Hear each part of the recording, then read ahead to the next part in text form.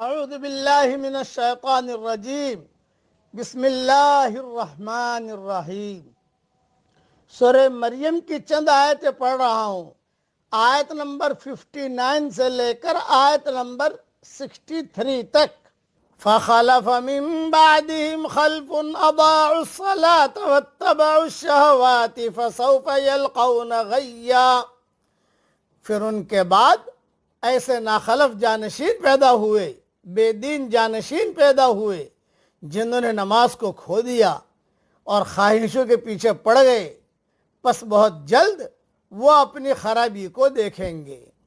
إِلَّا مَن تَابَ وَآمَنَ وَعَمِلَ صَالِحًا فَأُولَئِكَ يَدْخُلُونَ الْجَنَّةَ وَلَا يُظْلَمُونَ شَيْئًا۔ البتہ جس نے توبہ کی اور ایمان لے آیا اور نیک کام کیا تو یہی لوگ جنت میں داخل ہوں گے اور ان کی ذرا بھی حق تلفی نہیں کی جائے گی۔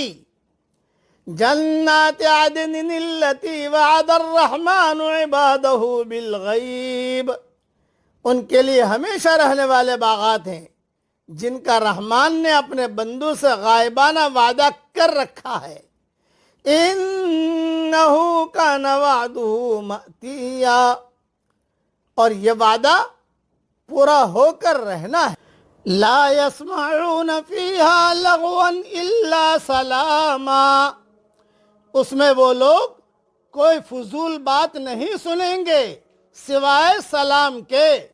وَلَهُمْ رِزْقُهُمْ فِيهَا بُكْرَةً وَعَشِيًّا، اور اس میں ان کا رزق صبح شام ملے گا۔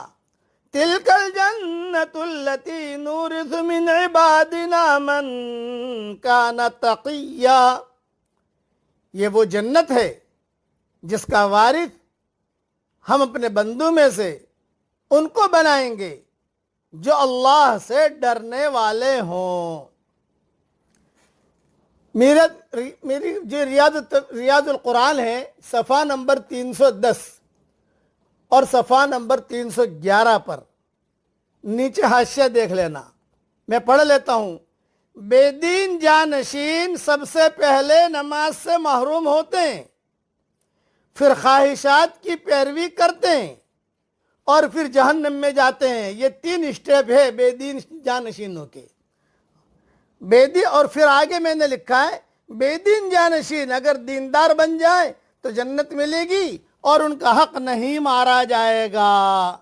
یہ تو دیکھ لینا ریاض التفسیر 15-17 میں ان آیتوں کے ماتحت۔ اب اس کے ریاض التفسیر میں نہیں، ریاض القرآن میں۔ ریاض التفسیر میں نے غلط کہا، ریاض التفسیر تو ابھی چھپی نہیں ہے، اب کب چھپتی ہے وہ اللہ ہی جانتا ہے۔ انعام یافتہ بندگان الہی کا تذکرہ کرنے کے بعد ان لوگوں کا ذکر کیا جا رہا ہے جو ان کے برعکس اللہ کے احکام سے غفلت اور اعراض کرنے والے ہیں۔ نماز کے ضائع کرنے سے مراد یا تو بالکلیہ نماز کا ترک ہے جو بالکل ہی مناسب نہیں ہے، یا ان کے اوقات کو ضائع کرنا ہے، یعنی وقت پر نماز نہ پڑھنا، جب جی چاہا نماز پڑھ لی، یا بلا عذر اکٹھی کر کے پڑھ لینا، یا کبھی 2 کبھی 4 کبھی 1 اور کبھی 5 نمازیں، یہ بھی ضائع کرنا، یہ بھی تمام صورتیں نماز کو ضائع کرنے کی ہیں، جس کا مرتکب سخت گنہگار ہے اور آیت میں بیان کردہ وعید کا سزاوار ہو سکتا ہے۔ غیہ کے معنی ہلاکت، برے انجام کے ہے، یا جہنم میں ایک وادی کا نام ہے۔ اللہ تعالی ہم سب کی حفاظت فرمائے۔ بعض مرتبہ ماں باپ بہت بڑا کام کرتے ہیں دین کا اور بیٹوں کی خیر خبر نہیں رکھتے، تو بیٹے جو ہیں یہ بالکل بے دین جانشین بن جاتے ہیں جو پورے کے پورے معاشرے کو خراب کر دیتے ہیں۔ ان کے بارے میں یہ آیت اصل نازل ہوئی ہے بنو اسرائیل، ان کے انبیاء کا تذکرہ اوپر ہوا ہے، موسیٰ علیہ السلام، ادریس علیہ السلام، ہارون علیہ السلام، اور سارے۔ پھر اس میں اللہ تعالیٰ نے شکایت کی کہ انہوں نے تو بہت کام کیا لیکن پیچھے آنے والوں نے سارا کام بگاڑ دیا۔ عقل مند کے لیے اشارہ کافی ہے۔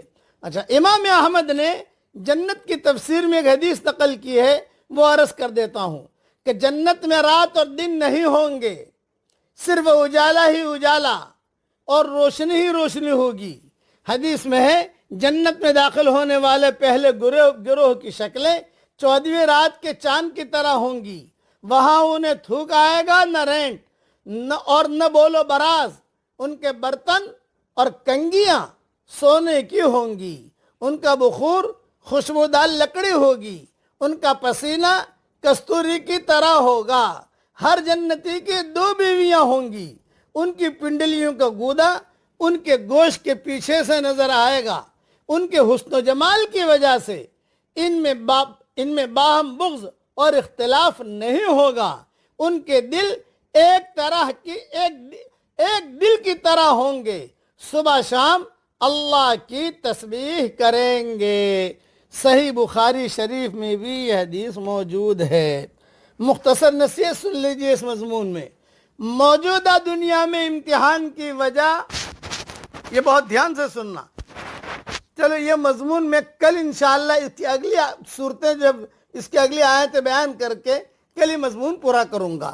خلاصہ کلام یہ کہ ہم دین کا کام کریں، اپنی اولاد کو بھی دیندار بنانے کی ہم کوشش کریں۔ یا ایھا الذین آمنوا قوا انفسکم واہلیکم نارا، اپنے آپ کو بھی جہنم سے بچاؤ اور اپنے گھر والوں کو بھی جہنم سے بچاؤ۔ یہ نہیں کہ آپ جنت میں جا رہے ہیں اور بیٹوں کے لیے جہنم تیار کر رہے ہیں، نہیں، ان کے لیے بھی جنت تیار کیجئے۔ اللہ تعالی ہم کو اور ہماری قیامت تک کے آنے والی نسلوں کو اللہ دیندار بنائے۔ اللہ تعالیٰ نے یہ مضمون قرآن شریف میں الگ الگ طریقے پر کئی جگہوں پر بیان کیا ہے، جو میں نے بہت تفصیل سے ریاض التفسیر میں لکھ رہا ہوں، انشاءاللہ وہاں دیکھ لیجئے گا۔ اللہ تعالیٰ ہم سب سے راضی ہو جائے، آمین۔ وآخر دعوانا ان الحمدللہ رب العالمین۔